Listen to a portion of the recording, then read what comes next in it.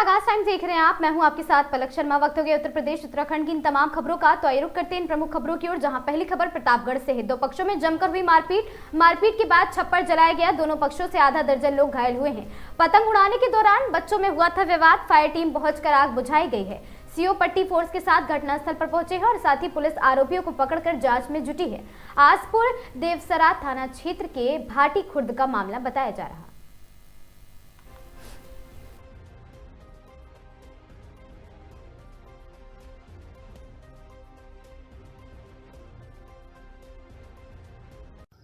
आज जनपद प्रतापगढ़ में थाना आसपुर देवसरा में कंकाली बिरादरी के दो पड़ोसी हैं आपस में, और बच्चों को विवाद कर लेकर के लड़ाई महिलाएं करना शुरू की। उसमें पुरुष भी इन्वॉल्व हो गए, जिसमें मुकदमा पंजीकृत किया गया है। एक मढ़ा जल गया, इसमें किसी धनजल का नुकसान नहीं है। 4 लोगों को इस संबंध में पूछताछ की जा रही है। शेष किसी की गिरफ्तारी कर आवश्यक विधिक कार्रवाई की जा रही है।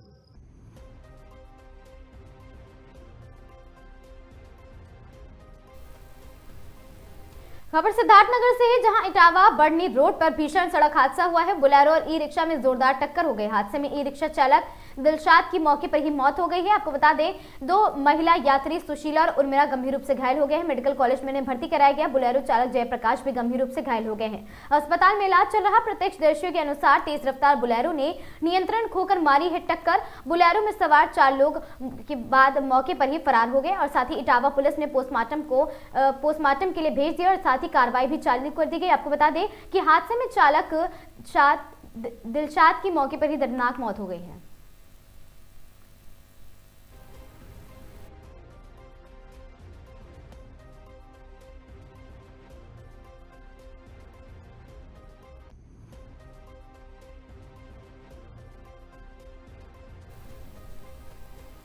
जनपद हरदोई के थाना बेहटा गोकुल क्षेत्र अंतर्गत ग्राम बलेरा बलेरो में आपको बता दें, रिश्तों को शर्मसार कर देने वाली हत्या की सनसनीखेज वारदात सामने आई। जहां रिश्तों में लगने वाले चाचा, भाई व भतीजे ने मिलकर एक युवक की धारदार हथियार व लाठी डंडों से मारकर हत्या कर दी है। प्राप्त जानकारी के अनुसार मृतक की पहचान अच्छे सिंह पुत्र छुटकुटू सिंह और उम्र लगभग 36 वर्षीय निवासी ग्राम बलेरा थाना बेहटा गोकुल के रूप में हुई है। बताया जा रहा कि पुरानी रंजिश के चलते रिश्तेदारी में लगने वाले अजीत सिंह उर्फ पिंकू सहित अन्य परिजन ने मृतक पर हमला कर दिया था और साथ ही उन्होंने घटनास्थल का निरीक्षण कर आवश्यक दिशा निर्देश दिए तथा बताया गया कि मामले के शीघ्र खुलासे एवं आरोपियों की गिरफ्तारी हेतु विशेष टीमें गठित कर दी गई हैं। पुलिस अधीक्षक द्वारा घटना के संबंध में जानकारी भी दी गई है, जिसमें उन्होंने कहा कि दोषियों पर शीघ्र गिरफ्तार कर कठोर कार्रवाई, वैधानिक कार्रवाई की जाएगी।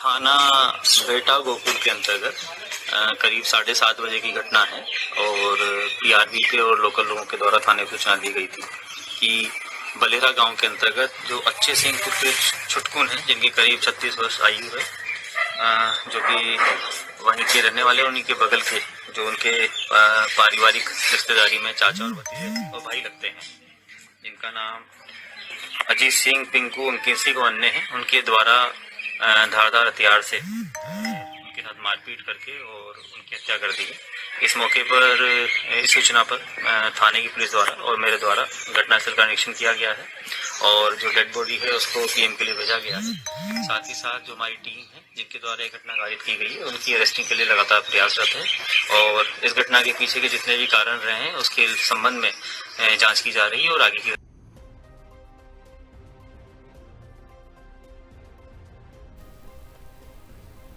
खबर सिद्धार्थनगर से है, जहां शिवनगर डिंडई क्षेत्र से सड़क हादसे में 14 वर्षीय किशोर राम सागर की मौत हो गई है। प्रशासनिक कार्य प्रणाली पर गंभीर सवाल उठे हैं। हादसा 9 फरवरी को स्वाद ढाबा के पास हुआ है, जहां कार संख्या यूपी 32PS 2819 की टक्कर से हुआ था दर्दनाक सड़क हादसा। आरोप है कि वाहन जिला बेसिक कार्यालय के कस्तूरबा गांधी आवासीय विद्यालय के डीसी बालिका सुरेंद्र श्रीवास्तव चला रहे थे। पुलिस ने दुर्घटनाग्रस्त कार को कब्जे में ले लिया है। तहरीर का इंतजाम बनाकर कार्रवाई टाली गई है। ग्रामीणों का सवाल है कि अधिकारी का नाम होने से कानूनी कार्रवाई में हो रही देरी।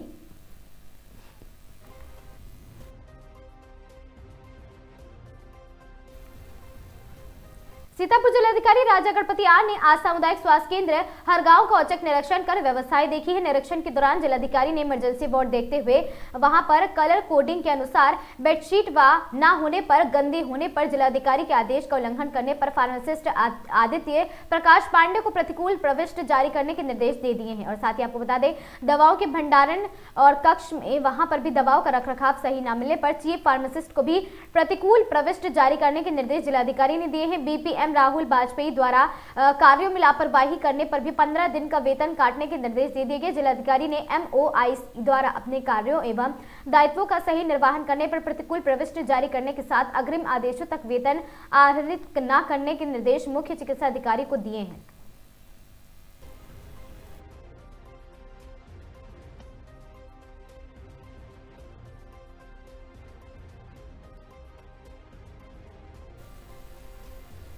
खबर सीतापुर से है, जहां डीएम राजा गणपति आर का सीएचसी हरगांव औचक निरीक्षण हुआ। इमरजेंसी वार्ड में गंदी कलर कोडेड बेडशीट मिलने पर फार्मासिस्ट आदित्य प्रकाश पांडे को प्रतिकूल प्रविष्टि जारी किया गया है और साथ ही एमओआईसी संजय गौड़ अनुपस्थित स्पष्टीकरण तलब।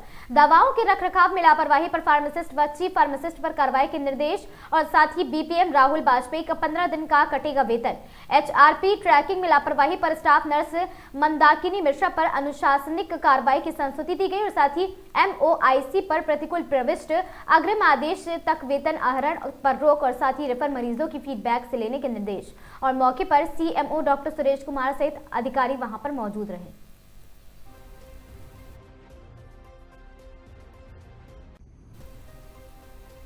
बिजनौर की हेमपुर दीपा क्षेत्र से हुई लूट की सनसनीखेज घटना की फर्जी निकली। आपको बता दें, पुलिस जांच में घर की बहू शिवानी ही जेवर चोरी की मास्टरमाइंड निकली है।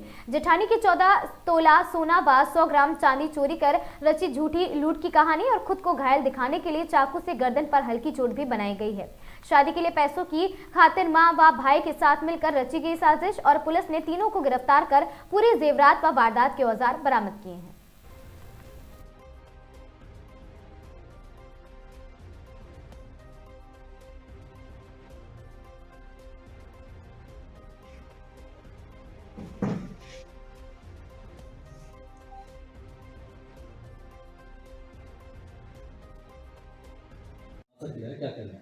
देखिए, 7 फरवरी को सुबह 9:30 बजे थाना हेमपुर दीपा क्षेत्र में मंडोरा जट गांव में एक लूट की सूचना आई थी कि एक घर में घुस के एक युवती के साथ मारपीट हुई और लगभग 13 से 14 तोले सोना और चांदी की ज्वेलरी जो है वो लूट कर एक पुरुष और एक महिला जो है ले गए हैं। इस संबंध में तत्काल एफआईआर दर्ज की गई थी और घटना का अनावरण करते हुए यह घटना जो है पूरी तरह से झूठी पाई गई है। यह पूरी जानकारी हुई कि जिस महिला ने लूट की सूचना दी थी उसी ने अपनी जेठानी की सारी ज्वेलरी अपनी मदर और अपने भाई के साथ प्लानिंग करके अपने भाई के विवाह में और अन्य चीज़ों में जो है बाद में यूटिलाइज करने के उद्देश्य से घटना के 4 दिन पहले ही सारी ज्वेलरी अपने भाई पंकज को दे दी थी। उस महिला शिवानी को गिरफ्तार किया गया है। उसकी मदर संजो देवी और भाई पंकज को भी गिरफ्तार किया गया है। संपूर्ण जो लूट से संबंधित ज्वेलरी बताई गई थी वो ज्वेलरी बरामद की गई है और यह ज्ञात हुआ है कि इन्होंने ही अपने घर में से जो है चोरी की थी और पूर्व में जो है प्लानिंग करके ज्वेलरी को घटना से पहले ही हटा दिया था और 7 फरवरी को जानबूझकर गुमराह करने के लिए गलत सूचना दी थी। क्या क्या बरामद हुआ? लगभग 13 से 14 तोले जो इन्होंने ज्वेलरी बताई थी, तो ज्वेलरी में जो भी चीज़ें जो है बताई गई हैं वो सारे आइटम्स बरामद हैं और इनकी निशानदेही पर भी बरामद है और अग्रिम विधिक कार्रवाई इनकी गिरफ्तारी के उपरांत की जा रही है। खबर हरदोई की मल्लावा से है, जहां दिव्य आलोक सेवा फाउंडेशन के तत्वाधान में आयोजित आलोक प्रीमियर लीग क्रिकेट टूर्नामेंट का शुभारंभ क्षेत्रीय विधायक आशीष सिंह आशु द्वारा फीता काट कर किया गया।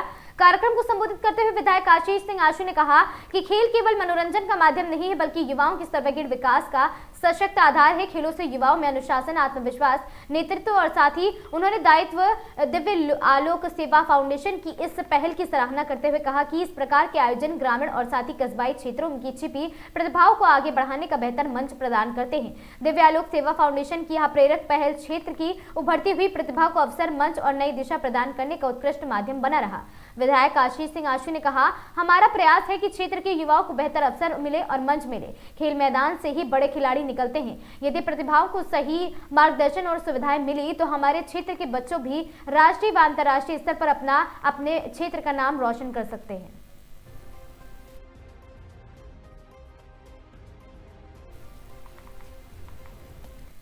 सीतापुर क्षेत्र में आज स्वास्थ्य सुविधाओं को लेकर एक अहम कदम उठाया गया। यहां आयशा नर्सिंग होम का विधिवत उद्घाटन नगर पालिका चेयरमैन प्रतिनिधि मुनींद्र अवस्थी द्वारा किया गया।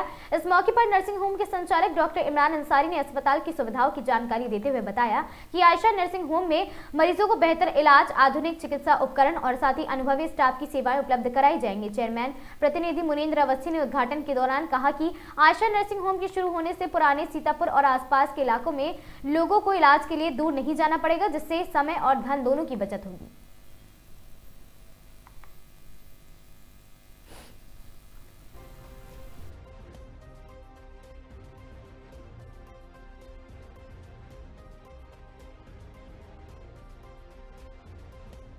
मैं डॉक्टर मोहम्मद इमरान अंसारी, हमारे नर्सिंग होम का आज उद्घाटन हुआ, जिसको चेयरमैन प्रतिनिधि श्री मुनींद्र अवस्थी जी ने अपने शुभ हाथों से किया। और मेरे नर्सिंग होम में हमारा एक उद्देश्य गरीबों को स्वास्थ्य सेवा देना और अपने समाज को स्वास्थ्य सेवा देना है। इसके लिए हम अपने क्लिनिक पे भी तत्पर प्रयत्न रहते थे और जीवन प्रयास करते रहेंगे कि हमारे समाज को स्वस्थ और सस्ती स्वास्थ्य सेवा मिलती रहे। क्या 24 घंटे आपका अस्पताल खुलेगा? जी, हमारी 24 घंटे हमारे नर्सिंग होम की सुविधा रहेगी। क्या सरकारी योजना आयुष्मान भारत का भी लाभ इसमें मिलेगा? सरकारी योजना का भी लाभ होगा। अभी उसकी जो सीमाएं हैं उसको मेंटेन करने के बाद, उनकी जो एलिजिबिलिटी है पूरी करने के बाद उम्मीद है कि बहुत जल्द आयुष्मान कार्ड योजना का भी, सरकारी सेवा योजना जो चलती हैं आयुष्मान कार्ड वगैरह, उसका भी लाभ जनता को अपने द्वारा दिया जाएगा। जनता से आप क्या अपील करते हैं, क्या संदेश देना चाहते हैं? जनता से यही अपील करते हैं कि वो हमारा सहयोग करें और हमसे जो भी सेवा हो दिन रात लेते रहे। मैं सदैव प्रयत्न होगा आपकी सेवा करने के लिए। धन्यवाद।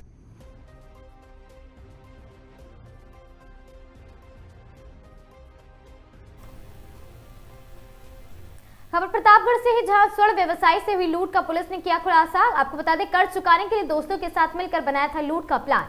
व्यापारी रितेश मौर्य ने पुलिस की पूछताछ में कबूला है जुर्म। लूट के 9,60,000, 3 किलो चांदी, तमंचा, 3 मोबाइल, बैग बरामद हुआ।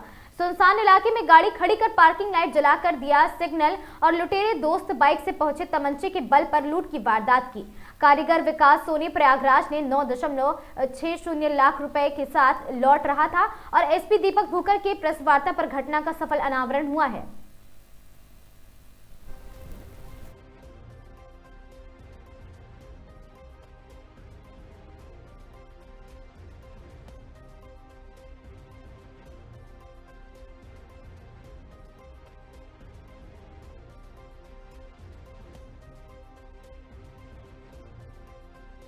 बेलपुर थाना क्षेत्र में 6 तारीख को शाम के टाइम में लगभग 7:30 बजे के आसपास पुलिस को ये सूचना दी गई थी कि एक रितेश मौर्य अपने एक साथी विकास सोनी के साथ प्रयागराज से आ रहे थे और उनके साथ बेलपुर थाना क्षेत्र में ही हाईवे के किनारे रोक के और उनसे लूट की घटना कारित की गई। इसमें जो रितेश मौर्य जो वादी था, उसके द्वारा जो तहरीर दी गई थी उसमें अभियोग पंजीकृत किया गया था। उसके बाद इसमें इसके घटना के अनावरण के लिए टीम्स लगी थी।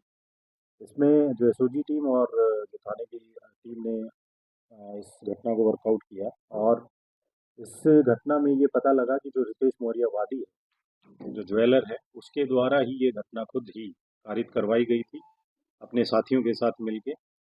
जो ये मौर्य है, ये अपना सोने का और चांदी का व्यापार करता है और प्रयागराज से ये चांदी लेके आ रहा था और इसने अपने साथ में विकास सोनी जो इसका कारीगर है को भी ये साथ में लेके आया था। उसका जो कैश का अमाउंट था 9,60,000 रुपये, वो और इसकी चांदी, वो एक ही बैग में इसने रखवाया था जानबूझ के। और क्योंकि उसको जौनपुर जाना था, बट इसने उसको ऑफर ये किया कि मैं तुम्हें अमेठी और सुल्तानपुर की तरफ छोड़ दूंगा और वहाँ से जौनपुर चले जाना, क्योंकि इसका पहले से ये प्लान था कि रास्ते में ये रोकेगा और उसके बाद इसके साथ ये लूट की घटना कारित करवाएगा और जो इसका कैश होगा वो आपस में बांट लेंगे और चांदी जो है, क्योंकि इसकी खुद की ही थी, तो वो इसके पास ही रहेगी। इसके साथ साथ कुछ चीज़ों में ये भी पता लगा कि जो अकाउंट्स के हमने डिटेल्स निकलवाए इसके SBI अकाउंट में, तो इसने 5 लाख रुपए का जो चोरी और लूट का इंश्योरेंस होता है वो भी इसने अपने ज्वेलरी का कुछ करवा रखा था। इसके ऊपर जो इसके अकाउंट्स देखे हैं उसमें ये भी पता लगा है कि 50 लाख का इसने ओवरड्राफ्ट फैसिलिटीज़ हैं वो भी अवेल की हुई है। लोन टाइप में इसने ले रखा है। इसकी खुद की गाड़ी जो है वो भी लोन पे है। ये भी इसके पूछताछ में पता लगा। प्लानिंग जो है ये रितेश मौर्य ने अपने दोस्त जो इसका है अनुज दुबे उसके साथ ये की थी। और इसने खुद ही ये बताया था कि टोल के बाद मेरी गाड़ी का नंबर भी सब बता दिया था। इसने टाइम भी शेयर कर रहा था और एक इसने डिफरेंट मोबाइल नंबर भी लिया था जो इसने उस बैग में ही छोड़ दिया था, जिससे ये अपनी उसको सूचनाएं और लोकेशन शेयर कर रहा था। टोल के बाद इसने खुद ही बताया था कि मैं पार्किंग लाइट जला दूंगा और देलूपुर थाना क्रॉस करते ही हाईवे पे एक सुनसान जगह है, वहीं पे मैं वहाँ पे रोकूंगा थोड़ी देर के लिए और वहीं पे अंदर की लाइट भी मैं जला लूंगा ताकि उस गाड़ी की पहचान हो सके और फिर वहाँ आके आप मेरे साथ लूट ये कारित कर लेना। तो ये पूरा प्री प्लान रितेश मौर्य का था। इसके साथ में रितेश मौर्य के साथ अनुज दुबे और अवनीश कुमार ये लोग भी इसमें गिरफ्तार हुए हैं। एक इनका साथी है कट्टन दुबे, वो अभी फरार है, उसको भी पुलिस जल्दी गिरफ्तार कर लेगी।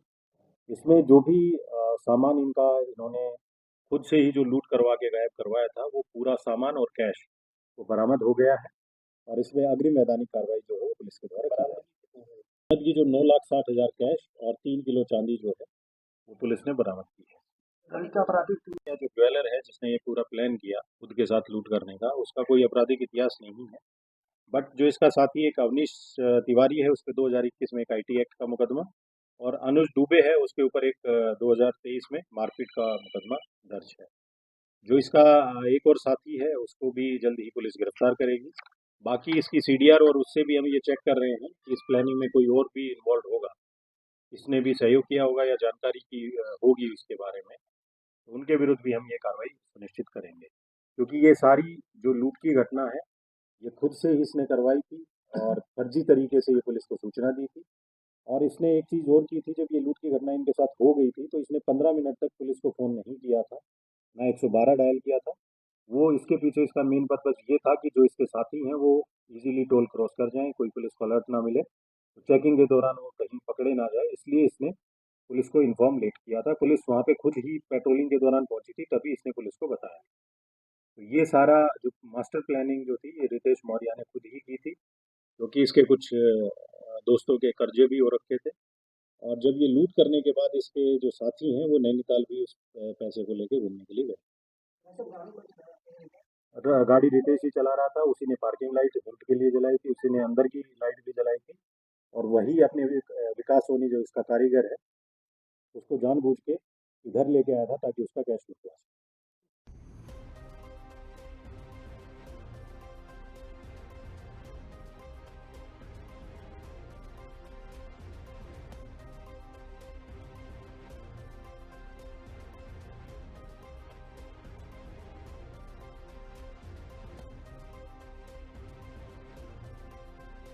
देलपुर थाना क्षेत्र में 6 तारीख को शाम के टाइम में लगभग खबर हरदोई से है, जहां तहसील क्षेत्र के ग्राम हेबतपुर में चल रहे इंटरलॉकिंग सड़क नाली और साथ ही बॉक्सिंग निर्माण कार्य को लेकर अब विवाद खड़ा हो गया। आपको बता दें, ग्रामीणों का आरोप है कि जिस कार्य के लिए यहां पर नया एस्टीमेट पास हुआ है वह नई सामग्री लगनी थी, वहां पुरानी उखाड़कर खंजा ईंटों का इस्तेमाल कराया जा रहा है। और साथ ही ग्रामीणों की जब ये शासन ने नई और साथ ही धनराशि स्वीकृत है तो फिर पुराने मटेरियल का काम क्यों कराया जा रहा, ग्रामीणों की मांग है।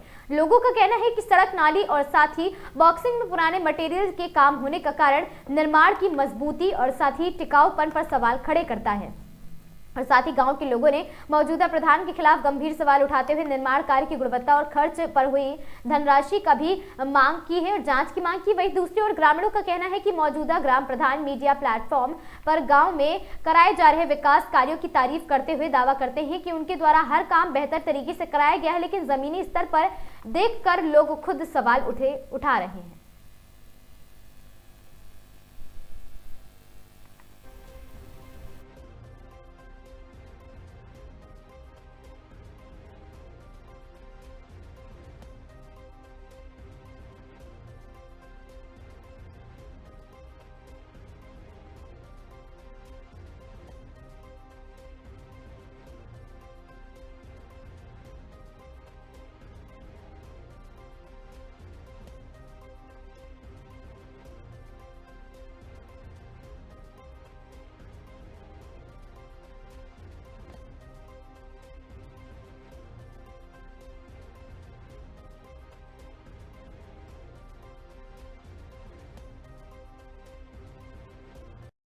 मैं अनिल कुमार सोशल मीडिया के माध्यम से आप लोगों को ये बताना चाहता हूँ कि मैं गांव हैबतपुर का रहने वाला हूँ।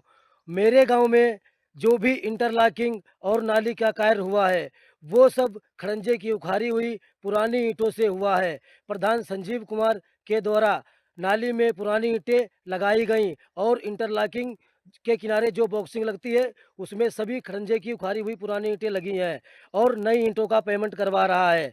मेरा अधिकारियों से हाथ जोड़ के निवेदन है कि इसकी जांच करवाएं। जब वो पुरानी ईंटें लगवा रहा है तब नई ईंटों का पेमेंट कैसे करवा लेता है। शाहजहांपुर की पावन धरती पर एक बार फिर आध्यात्मिक चेतना की साक्षी बनने जा रही श्री रामचंद्र मिशन आश्रम में आश्रम की स्वर्ण जयंती के अवसर पर बसंत उत्सव 2026 का भव्य आयोजन किया जा रहा। वर्ष 1945 में महात्मा रामचंद्र जी महाराज द्वारा स्थापित श्री रामचंद्र मिशन आज विश्व के 164 देशों में सक्रिय है। वहीं वर्ष 1976 में शाहजहांपुर में स्थापित किए गए आश्रम पिछले 50 वर्षों से साधना, सेवा और आध्यात्मिक विकास का प्रमुख केंद्र रहा है। श्रद्धालु की सुविधा को ध्यान में रखते हुए ठहरने, भोजन और साथ ही आवागमन की व्यापक व्यवस्था की गई है। रेलवे स्टेशन और बस स्टेशन से आश्रम तक ले जाने के लिए विशेष बसें चलाई जाएंगी। मिशन के स्वयंसेवक 24 घंटे सेवा में तैनात रहेंगे। दिनांक 12 फरवरी 2026 से लगभग 20 दिन का 5 सत्रों में श्री रामचंद्र मिशन द्वारा ध्यानोत्सव का आयोजन किया जा रहा है और इसमें पूरे विश्व भर के लोग आएंगे। जगह कम होने के कारण, होटल कम होने के कारण 4-4 हज़ार के 5 सत्रों में लगभग 20,000 आदमियों का किया जा रहा है। और पूज्य दाजी हमारे जो गुरुजी हैं श्री कमलेश पटेल जी हैं, उनको पूज्य दाजी कहते हैं।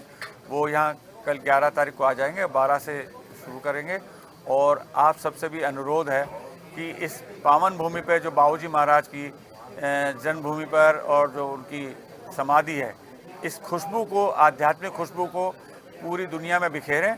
और जो शाहजहांपुर के बारे में लोग बोलते हैं कि ये शहीद नगरी है, तो शहीद नगरी, औद्योगिक नगरी और एक आध्यात्मिक नगरी के रूप में आप इसको प्रचारित करें। उससे पहले आप शाहजहांपुर के नागरिक भी हैं, तो आप सबको एक तो ये बहुत बड़ा दायित्व है और खुशी होनी चाहिए कि विश्व में की धरती पे एक ऐसा स्थान है जहाँ पूज्य बाबूजी महाराज ने जन्म लिया और जिनकी यहाँ समाधि बनी। तो जो बाबूजी महाराज का जब शरीर था तो उन्होंने यहाँ पर जो आश्रम की जो स्थापना की थी हरदोई रोड पे, उसके 50 वर्ष पूरे हुए हैं। उस 50 वर्ष पूरे होने के कार्यक्रम में जो हमारे वर्तमान में गुरु जी हैं श्री कमलेश पटेल जी, जिनको हम लोग प्रेम से दाजी कहते हैं। ये भी इतिहास बताते हैं कि दाजी क्यों कहते हैं और बाबूजी क्यों कहते थे। बाबूजी महाराज ने शुरू से ये परिपाटी डाली कि कोई हमें गुरु न कहे। तो जैसे घर में अपने पिताजी को बाबूजी कह देते थे और उनके बाद में जो सक्सेसर बने पूज्य चारी जी, तो उनको मास्टर कहते थे। मास्टर मतलब जैसे टीचर साउथ के थे। तो गुजरात में दाजी भाई को बोलते हैं, गुजराती भाषा में दाजी को भाई बोलते हैं, उनका दाजी नाम नहीं है। तो एक शुरू संडीला नगर में अतिक्रमण हटाने के नाम पर प्रशासन की कार्रवाई सवालों के घेरे में है। नगर पालिका द्वारा चलाए गए अभियान में निष्पक्षता नहीं बल्कि भेदभाव और साथ ही मनमानी के आरोप लगे हैं। संडीला नगर में नगर पालिका और प्रशासन की संयुक्त टीम ने अतिक्रमण हटाओ अभियान चलाया है। अभियान के दौरान मुख्य बाजार और इमलिया बाग क्षेत्र में दुकानों के सामने रेल खड़े ठेले तख्त और साथ ही अस्थायी निर्माण पर बुलडोजर चलाया गया है, लेकिन जमीनी हकीकत इससे अलग नजर आ रही है। आपको बता दें, स्थानीय लोगों का आरोप है कि नगर पालिका के ने अधिशासी अधिकारी ईओ के इशारों पर कार्रवाई सिर्फ चुनिंदा इलाकों तक सीमित रखी है और इमलिया बाग की तरफ सख्त कार्रवाई हुई है, जबकि नगर पालिका से उन्नाव रोड की ओर फैले अतिक्रमण पर ठोस कदम नहीं उठाया गया। एक तरफ गरीबों की दुकानों पर बुलडोजर चला है, दूसरी तरफ बड़े अतिक्रमणों को खुली छूट दे दी गई है। ये साफ तौर पर ईओ की मनमानी है।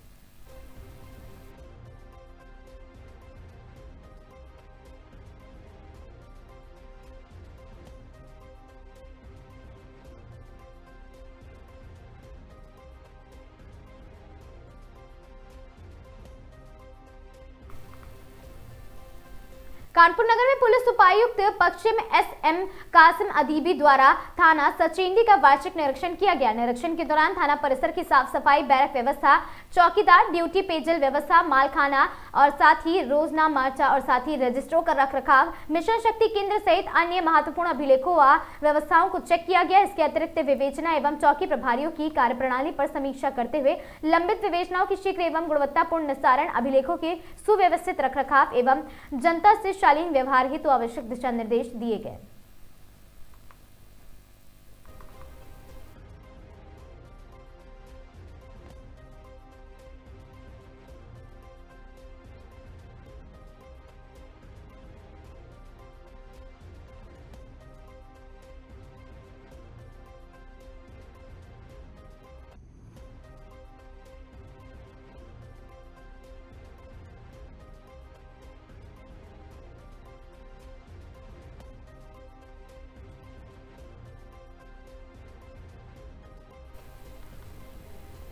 कानपुर नगर में थाना ग्वाल टोली क्षेत्र अंतर्गत सड़क दुर्घटना के संबंध में जिस कार लैम्बोर्गिनी ने चालक का नाम सामने आया है वह शिवम मिश्रा है। प्रकरण में सुसंगत धाराओं के अंतर्गत अभियोग पंजीकृत किया जा चुका है और सीसीटीवी फुटेज एवं अन्य साक्ष्यों के आधार पर विवेचना का शीघ्र ही निस्तारण करते हुए सही धाराओं में चार्जशीट न्यायालय में प्रेषित की गई है। प्रकरण के दौरान ये पाया गया कि सड़क दुर्घटना जैसे संवेदनशील प्रकरण में प्रथम दृष्टया लापरवाही पाए जाने पर तथा थाना प्रभारी ग्वाल टोली को तत्काल प्रभाव से लाइन हाजिर कर दिया गया है।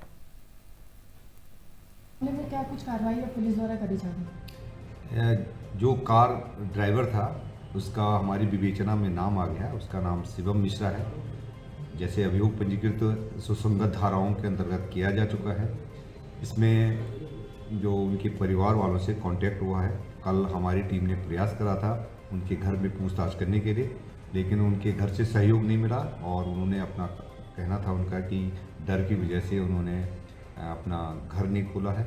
मल्टीपल जगहों पर उनके बारे में जानकारी की गई, हमारी टीमें गई, तब जा कर के उन्होंने अपना स्पष्ट पक्ष रखने के लिए उन्होंने कहा कि हम आपकी क्वेश्चनिंग में शामिल होंगे और विवेचना के लिए वो उनके पिताजी, लड़के के पिताजी थाने पे आ रहे हैं, अपना पक्ष रखेंगे और उनका कहना है कि उनका बेटा उसके अस्वस्थ है और जल्दी से जल्दी अपने बेटे को भी पुलिस में इंटरोगेशन में शामिल कराएंगे और जैसे ही उनका इंटरोगेशन हो जाएगा तो हमारे पास जो हमने सीसीटीवी फुटेज और जो हमारे जानकारी हमने कलेक्ट करी है उसके आधार पर विवेचना का शीघ्र निस्तारण करके सही धाराओं के अंतर्गत चार्जशीट कोर्ट में तुरंत भेजी जाएगी। सर, उनके जो वकील है उनका कहना है कि उनका ड्राइवर चला रहा था, जबकि वीडियो में साफ तौर पर शिवम दिख रहा है। वो उनका वकील का कहना है। जैसे कि आपने देखा होगा पहली जो एफआईआर है उसमें नाम नहीं किसी का, लेकिन हमारी विवेचना में उसका नाम आ गया है। विवेचना में जो ऑनर है और जो ड्राइवर है सीसीटीवी फुटेज के आधार पे और अन्य पूछताछ के आधार पर हमारे पास जो स्पष्ट हमारे पास हो गया है कि जो गाड़ी चालक हैं वो शिवम मिश्रा है और उन्हीं के खिलाफ चार्जशीट जाएगी। सर, आपने इंस्पेक्टर पर भी कार्रवाई करी है क्या और किसी पर भी कार्रवाई करने की? ये इंस्पेक्टर द्वारा बाकी सारी वैधानिक कार्रवाई सही की गई, लेकिन जब उनके द्वारा ये गाड़ी के कवर रखने में उनका लापरवाही बरती गई और जिसकी वजह से ये इम्प्रेशन बन गया है कि पुलिस पक्षपात कर रही है और ये गलत नैरेटिव सेट हो गया था, लेकिन ऐसा था नहीं और इस लापरवाही के लिए उनको लाइन हाजिर किया गया।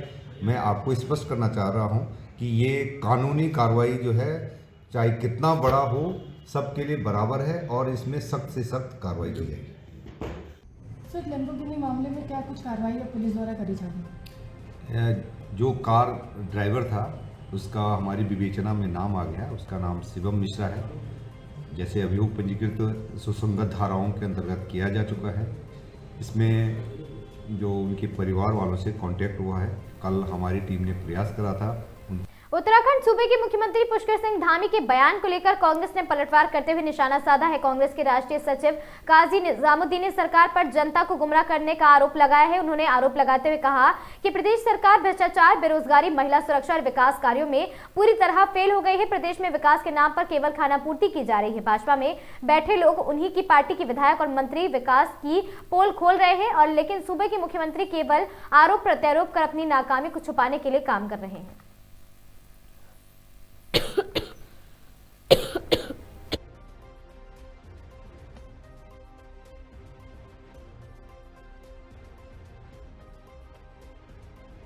चल रही है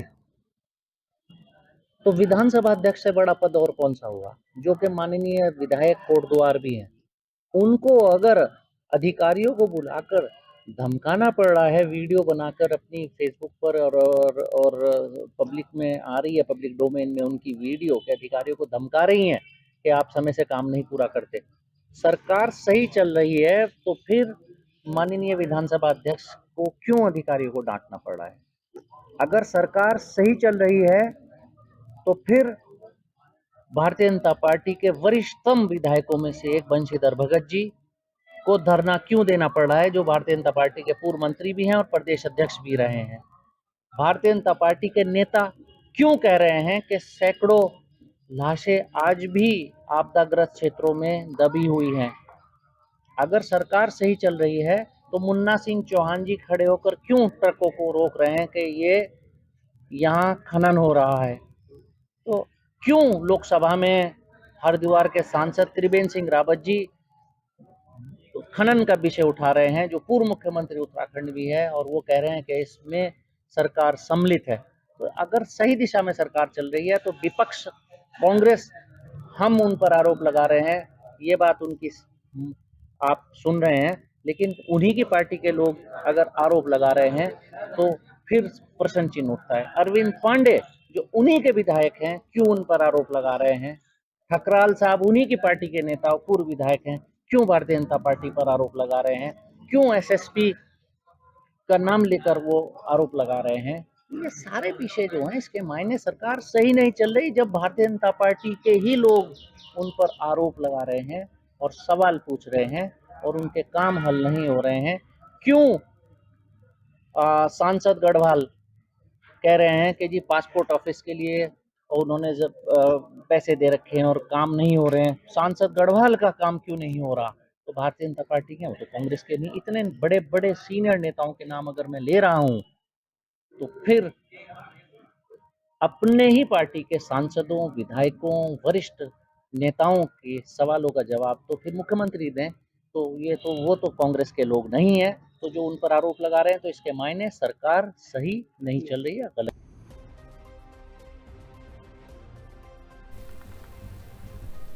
खबर ऋषिकेश से, जहां तीर्थ नगरी की कृषि उत्पादन मंडी समिति में सोमवार सुबह टप्पेबाजों ने दुस्साहस दिखाते हुए एक फल आढ़ती की दुकान से नकदी से लेकर वहां भरा बैग साफ कर दिया है। पूरी घटना दुकान में लगे सीसीटीवी कैमरे में कैद हो गई है, जिसका वीडियो सोशल मीडिया पर तेजी से वायरल हो रहा है। जानकारी के अनुसार अंबिका प्रसाद गुप्ता मंडी परिसर में फलों की थोक दुकान चलाते हैं। सोमवार सुबह करीब 8 बजे जब वह फुटकर विक्रेता को फल बेचने के लिए व्यस्त थे, उसी दौरान 2 अज्ञात टप्पेबाज दुकान पर पहुंचे हैं और मंडी में सुबह भी भारी भीड़ का फायदा उठाते हुए शातिरों ने गले के पास रखा बैग उठा लिया और रफू चक्कर हो गए। कुछ देर बाद बैग दिखाई नहीं दिया तो उन्होंने सीसीटीवी को देखा है। फुटेज में 2 संदिग्ध बैग उठाते हुए दिखाई दिए हैं और साथ ही पीड़ित के मुताबिक बैग में करीब 50,000 रुपए थे। मंडी जैसे व्यस्त परिसर में दिन दहाड़े हुई इस टप्पेबाजी से अन्य व्यापारियों में डर का माहौल व्याप्त है। घटना के बाद पीड़ित ने कोतवाली पहुंचकर पुलिस को तहरीर दी है।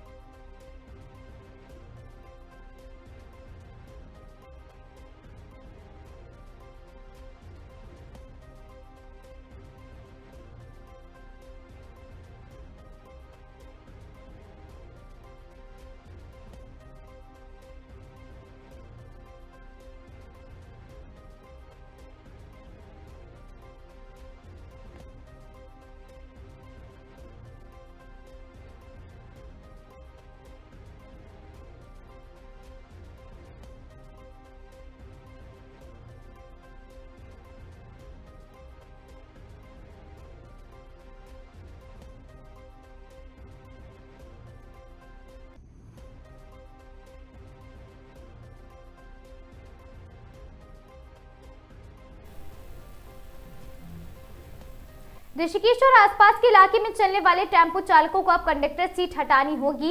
ये सीट नहीं हटाने वाले चालकों के खिलाफ परिवहन विभाग कड़ी कानूनी कार्रवाई करेगा। इस संबंध में परिवहन विभाग के अधिकारियों ने सभी टेम्पो स्टैंड जाकर चालकों को जागरूक कर दिया है। दरअसल हाई कोर्ट के अनुसार सुरक्षा की दृष्टि से स्पष्ट आदेश दिए गए हैं कि टेम्पो के बगल में लगी कंडक्टर सीट हटा दी जाएगी। इसी आदेश के अनुपालन में परिवहन विभाग ने ऋषिकेश में चलने वाले 7+1 सीटर टेम्पो को अब रिस्क प्लेस 1 में कन्वर्ट करना शुरू कर दिया है। इसी के साथ टेम्पो चालकों को निर्देशित किया गया है कि वह स्वतः ही टेम्पो के बगल वाली सीट हटा दे और साथ ही सीट नहीं हटाने वाले चालकों के खिलाफ परिवहन विभाग कड़ी कानूनी कार्रवाई करेगा।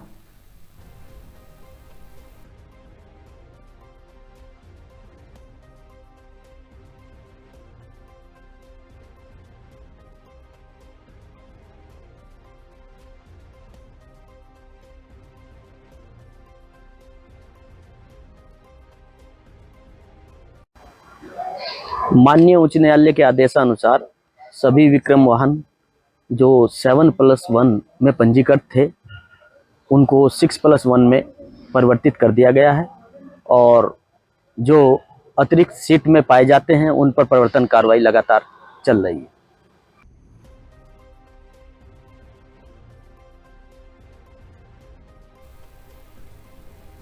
खबर लालकुआ से है, जहां राष्ट्रीय राजमार्ग 109 में 4 लेन निर्माण के बाद गौरा पड़ाव में यातायात अव्यवस्था लोगों के लिए परेशानी बढ़ाती है। गौरा पड़ाव में बने बेतरतीब कट से गई और साथ ही दुर्घटना घटित हो चुकी है। हल्द्वानी से गलत साइड से आने वाले वाहनों से जाम की स्थिति उत्पन्न हो जाती है। ऐसे में परिवहन विभाग ने राष्ट्रीय राजमार्ग कर्मचारियों के साथ गौर पड़ाव का बारीकी से निरीक्षण करते हुए उसको व्यवस्थित बनाने की योजना तैयार की है, जिसमें आज ARTO जितेंद्र सिंहवान ने स्थानीय निरीक्षण के पश्चात बताया कि रोड सेफ्टी कमेटी के आदेशानुसार आज राष्ट्रीय राजमार्ग के गौर पड़ाव में आमने सामने मौजूद कट को बंदू और साथ ही बंद करके आगे पीछे बनाया जाएगा।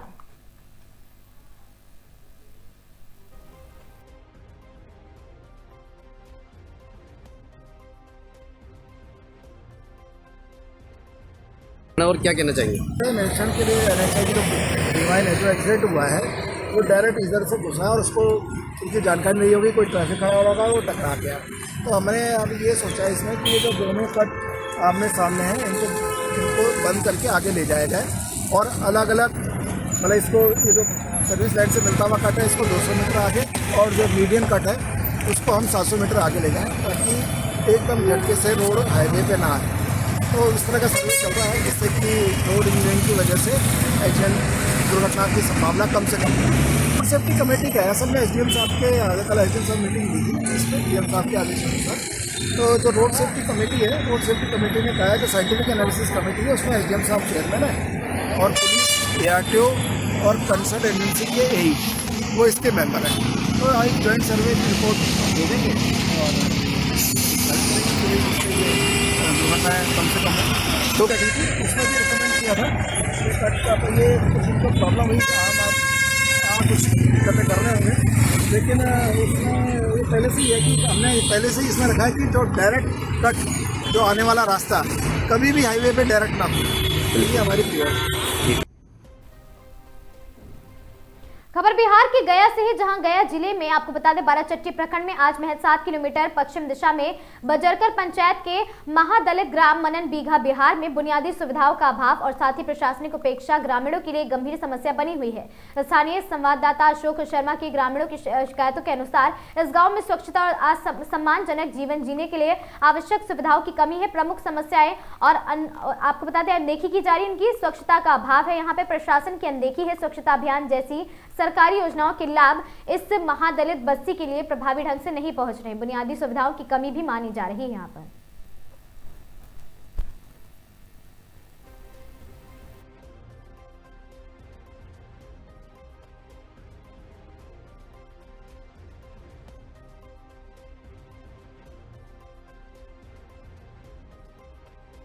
के रहने वाली हूँ बजरकर पंचायत के और मैं कुछ मनन बीघा के बारे में, मेरा गांव का बगल की है, मेरा पंचायत का मनन बीघा गांव पड़ता है। उस गांव में मनन बीघा को मैं जानती हूँ कि वहाँ हम हमेशा जाते हैं। वहाँ पर बच्चों लोग का एक प्रोजेक्ट के माध्यम से पढ़ाने भी जाते हैं संस्था जीवन संगम संस्था से, और उसी संस्था के लोक मंच के तहत हम लोगों ने पूरा माने कि मुसहर समाज के जितना भी महादलित के हैं हम लोग ब्लॉक में धरना दिए हैं पिछला वर्ष, और वहाँ पर जो हमारे अधिकारी हैं उन लोग कुछ भी नहीं सुने। हम लोग गाना, गीत, भाषण के माध्यम से, रैली के माध्यम से पूरा सुबह से शाम तक भूखे प्यासे 1000 से प्लस महिला जेंट्स सब थे, पर उन लोग कोई अधिकारी ब्लॉक वाले नहीं हम लोग को सुने। और आवेदन किधर जाता है किधर आता है, लिख लिख के देते देते सारा संघर्ष हम लोग का बेकार जा रहा। मनन बीघा में इतना स्थिति खराब है, एक तरफ हमारा था। देखिए, मेरा नाम गुलाबी देवी है और मेरा गांव मनन बीघा है। मेरा गांव की समस्या हर समस्या से जूझ रहा है, लेकिन हम लोग सीओ और बीडीओ के पास बहुत चक्कर काटे हैं, लेकिन कोई भी सुनवाई नहीं हुआ है। हम लोग के देखिए दूसरा गांव से जो रोड किनारा पाइन है, वो दूसरा गांव से पानी आके मेरा गांव में हिल रहा है। कितना 2-3 महिला के घर भी गिर चुके हैं वो पानी के कारण। और मेरा जो नहीं गांव तक नहीं, मेरे गांव तक हद हो गया है, आगे तक पानी निकालने के निकास नहीं है। पैन गई है आगे, लेकिन पानी के जाने के साधन भी नहीं है, सब भरा हुआ है पैन। और हम लोग के जो गांव में नाली है, नाली वाला पानी बहता है, हम लोग के एकदम दूरे दरवाजा बह रहा है, उसी कचरा में हम लोग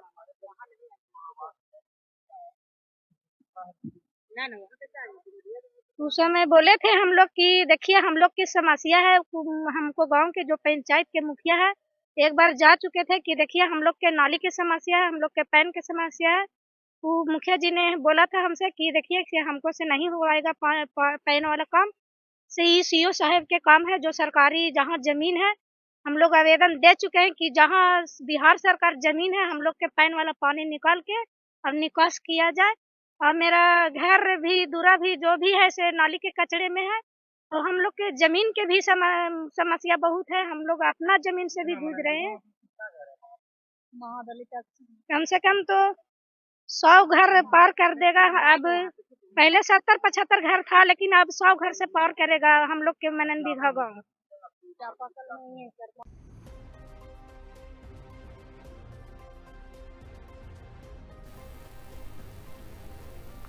गया जिले के डुमरिया प्रखंड के सिमरी गांव में राजेश पासवान की कथित हत्या के बाद हिंदुस्तानी आवाम मोर्चा HAM की गया जिला अध्यक्ष रूबी कुमारी ने उनके परिजनों से मुलाकात की है। इस मुलाकात के दौरान रूबी कुमारी ने मृतक परिजनों से मुख्य बातें साझा की है, न्याय का आश्वासन दिया। उन्होंने पीड़ित परिवार को सांत्वना दी और साथ ही भरोसा दिलाया है कि पार्टी इस दुख की घड़ी में उनके साथ खड़ी है। उन्होंने दोषियों के खिलाफ कड़ी कार्रवाई की और साथ ही परिवार को उचित न्याय दिलाने की मांग भी की है। प्रशासन से मांग की है उन्होंने स्थानीय प्रशासन से इस मामले की निष्पक्ष जांच करने और परिवार को सुरक्षा प्रदान करने का आग्रह किया है। आर्थिक सहायता उन्होंने सरकार से मांग की है कि मृतक के परिजनों को सरकारी सहकारी प्रावधानों के अनुसार मुआवजा और सहायता प्रदान की जाए। ये दौरा क्षेत्र में कानून व्यवस्था की स्थिति और दलित समाज के प्रति हो रहे अपराधों पर चिंता व्यक्त करने के उद्देश्य से किया गया था।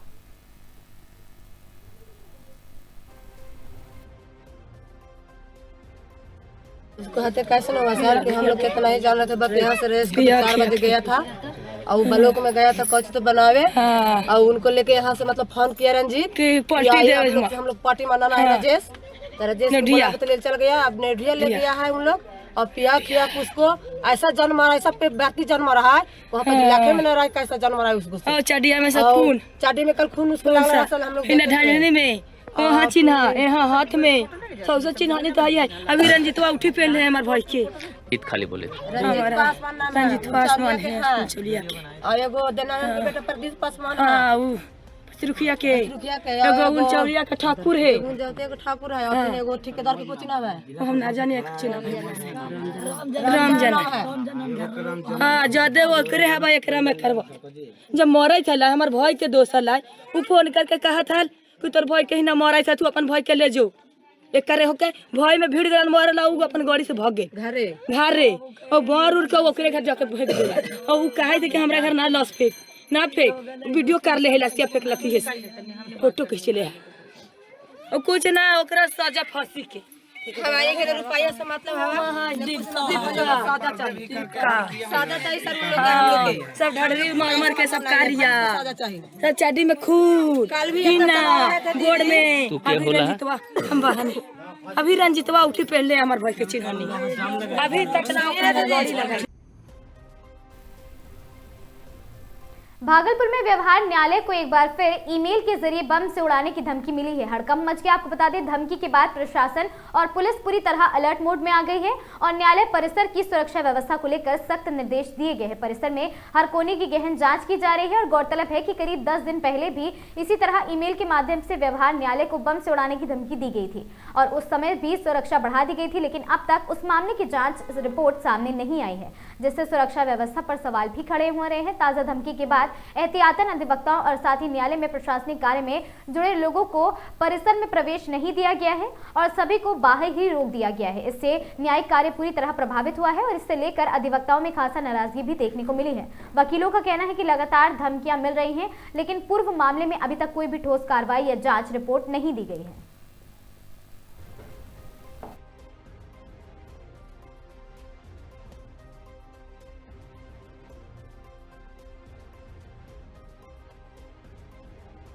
बार बार इस तरह की व्यवस्था को बाधित किया जा रहा है। अभी तक मालूम नहीं चल पाता कि आखिर किसके द्वारा इस तरह की हरकत की जाती है। क्या कहिए? धन्यवाद आपको, आप अपने चैनल के माध्यम से इस समूह के बीच उपस्थित हुए हैं। ये क्वेश्चन आपको मेरे अधिवक्ता संघ से नहीं, जहाँ ईमेल आया है उन पदाधिकारी से पूछना था, उन प्रशासन पदाधिकारी से पूछना था, उन न्यायिक पदाधिकारी से पूछना था।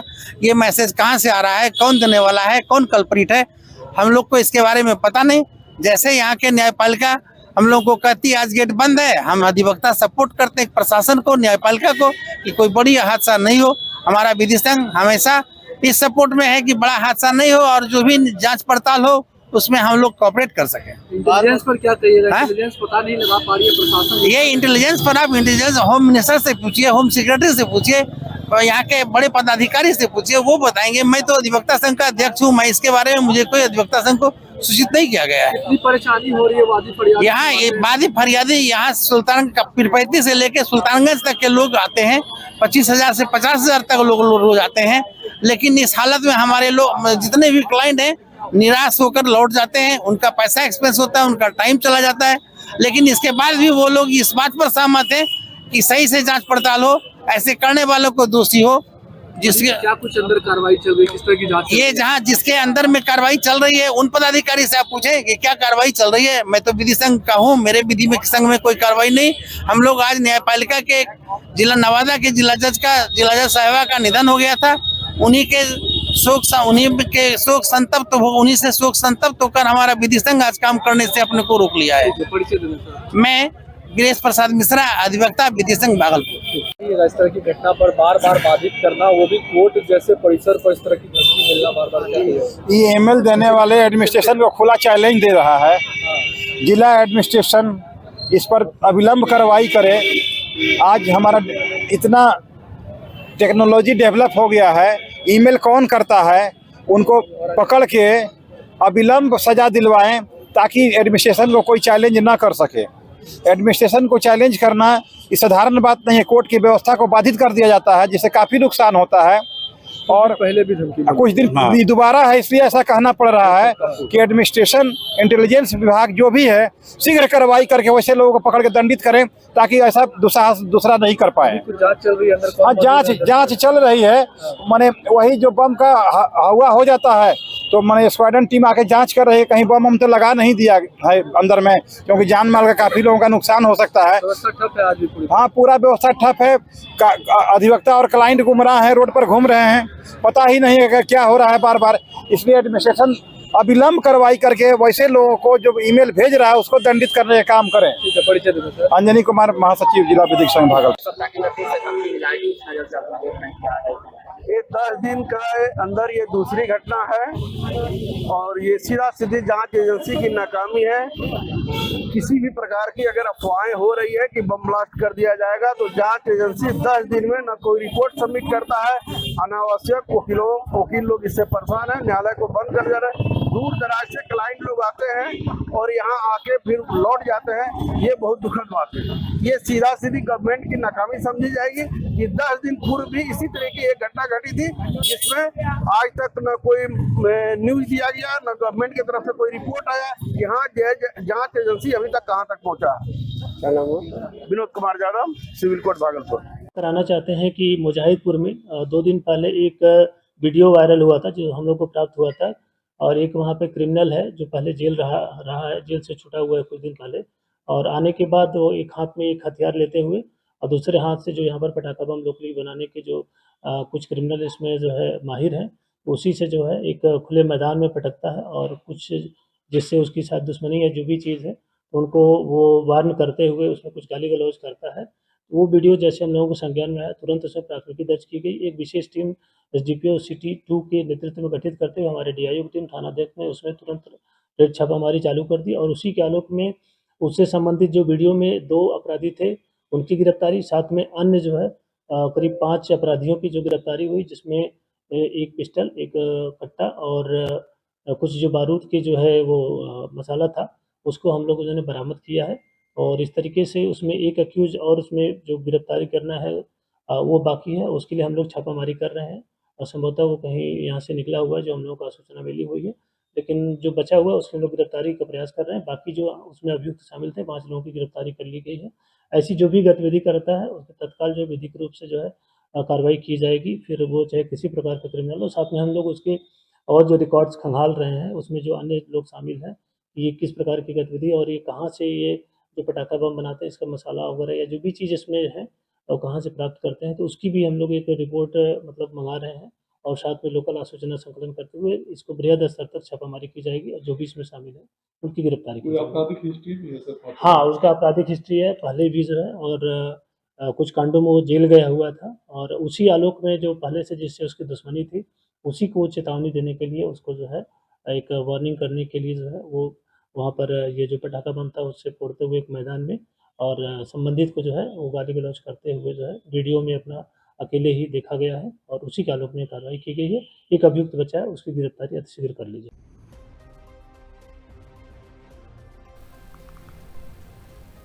पाली जिले के मारवाड़ जंक्शन रेलवे स्टेशन के पास पार्सल गोदाम के पास एक दर्दनाक हादसा हो गया। अज्ञात युवक की वंदे भारत एक्सप्रेस ट्रेन की चपेट में आने से मौके पर ही मौत हो गई। घटना की सूचना मिलते ही क्षेत्र में सनसनी फैल गई। बताया जा रहा कि ट्रेन के लोको पायलट ने तुरंत घटना की जानकारी जीआरपी को दी है। सूचना मिलते ही जीआरपी थाना अधिकारी मैं जाप्ता मौके पर पहुंचे हैं और साथ ही स्थिति का जायजा लिया गया। पुलिस ने शव को कब्जे में लेकर 108 एम्बुलेंस की सहायता से राजकीय अस्पताल मारवाड़ जंक्शन पहुंचाया है, जहां चिकित्सकों ने युवक को मृत घोषित कर दिया। फिलहाल शव को राजकीय अस्पताल की मोर्चरी में रखवा दिया गया। जीआरपी अज्ञात युवक की पहचान करने में जुटी है।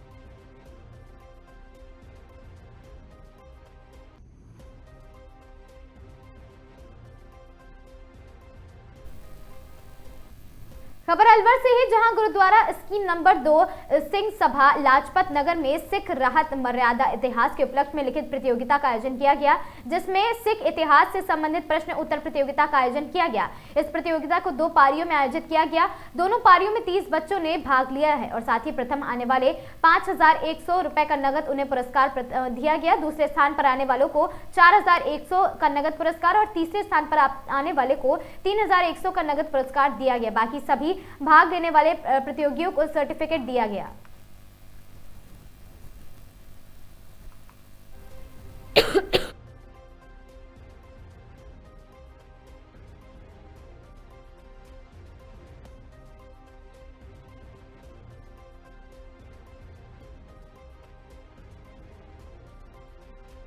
खालसा वाहिगुरू जी की फतेह। सारी अलवर निवासियों को ये संदेश है कि जहाँ जहाँ हम अपने बच्चों को स्कूल में पढ़ने के लिए भेजते हैं, उसके बाद MBA कराते हैं या इंजीनियरिंग कोर्स कराते हैं, हर तरीके से हम बच्चे को चाहते हैं हमारा बच्चा पढ़े लिखे और एक अच्छा कमाऊ बने। ये हमारा एक संदेश रह गया है। लेकिन आजकल धर्म के प्रति हम गुरुद्वारे मंदिर जहाँ भी जाते हैं सिर्फ एक माथा टेकते हैं कि बस हमने माथा टेक दिया, इसके अलावा कुछ नहीं। लेकिन धर्म के प्रति हमको पता होना चाहिए कि धर्म क्या कहता है। धर्म कोई बुरा नहीं होता, इंसान बुरा होता है। अगर हम धर्म के प्रति हमको धर्म क्या सिखाता है? मानवता, इंसानियत, भाईचारा। हर धर्म का एक ही उपदेश है। इसलिए गुरुद्वारा प्रबंधक कमेटी अमृतसर की तरफ से एक ये सुचारू रूप से ये अभियान चलाया गया है कि हमको अपने धर्म के बारे में पता होना चाहिए। आज हमारे बीच अमृतसर से भाई साहब भाई राम सिंह जी पहुँचे हैं, जो सिख रैत मर्यादा के अनुसार हमें बच्चों को पेपर के लिए प्रेरित किया था। इसका पहले सिलेबस बांटा गया था, आज स्कीम नंबर 2 गुरुद्वारे में पेपर हो रहा है और हम चाहते हैं ये प्रणाली हर धर्म में चलनी चाहिए। हर बच्चे को पता होना चाहिए हमारा धर्म क्या है, जिससे हमारा आपसी भाईचारा बढ़े, आपसी प्यार बढ़े। हम किंतु परंतु की तरफ ना जाके आपसी भाई तरफ के जाए कि धर्म एक ही है, धर्म कोई बुरा नहीं होता, इंसान बुरा होता है। ये इंसान की बुराई को अंदर से मारे और हम आपस में मिलजुल के रहें। हमारा संदेश है कि हम सब आपस में प्यार बांटें।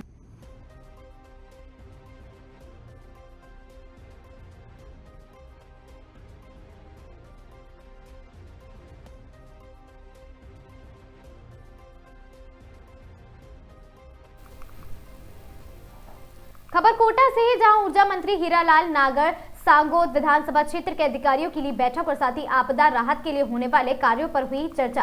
प्रत्येक विद्यालय की मिली मरम्मत हेतु 2 लाख की राशि और साथ ही कोटा जिले के 1100 सरकारी विद्यालय समसा के 1 AEN और साथ ही 2 JEN में भरोसे फील्ड मॉनिटरिंग की कमी के चलते गुणवत्ता युक्त नहीं हो रहे कार्य, कम स्टाफ के चलते नहीं हो रही मॉनिटरिंग और साथ ही कैडर बनाने को लेकर चीफ सेक्रेटरी एवं शिक्षा मंत्री की थी बात। स्कूलों को समसा की जगह अन्य एजेंसियों को हुई सुपर्द किया गया। PWD समसा पंचायती समिति से जुड़े उच्च अधिकारी की ली गई बैठक। इंदिरा विहार स्थित अपने निजी आवास पर हुई है अधिकारियों की बैठक।